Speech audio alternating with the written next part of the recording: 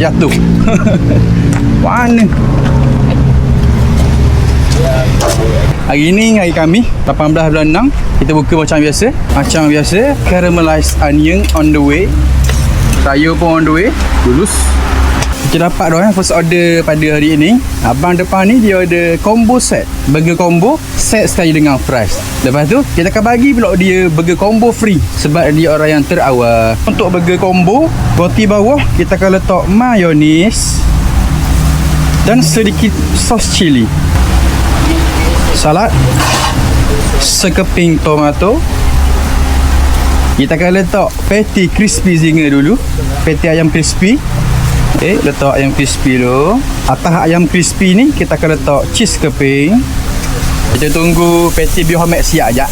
Atas crispy zinger ni kita akan letak pula patty beef homemade. Okay, alright, letak patty beef homemade. Caramelized onion. Ini dia burger combo. Gabungan di antara crispy zinger, ayam crispy dan patty beef homemade. Harga dia RM11. Untuk set ni, you nak set sekali dengan fries. Atas fries ni kita akan letak sos cili, black pepper dan mayonis. Beginilah kejadian kalau set burger combo set sekali dengan fries. Harga dia RM15. Ni burger Lepas tu bang, untuk first customer kita akan bagi burger combo free se.